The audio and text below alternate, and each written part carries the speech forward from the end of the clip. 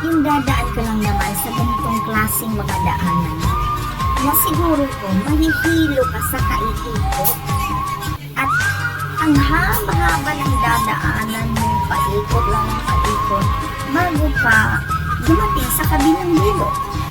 Ano kaya yung mararamdaman kung dadaan tayo sa ganitong klaseng daanan? No? O eto pa, meron pang isa dito. Tingnan mo. Ganyan rin. Iikot ka. Paano ka mapunta doon sa direksyon ng kabilang dulo? So, dadaan ka muna ng paikot-ikot na maraming bisis. Ayan, no? Ang tindi, di po ba?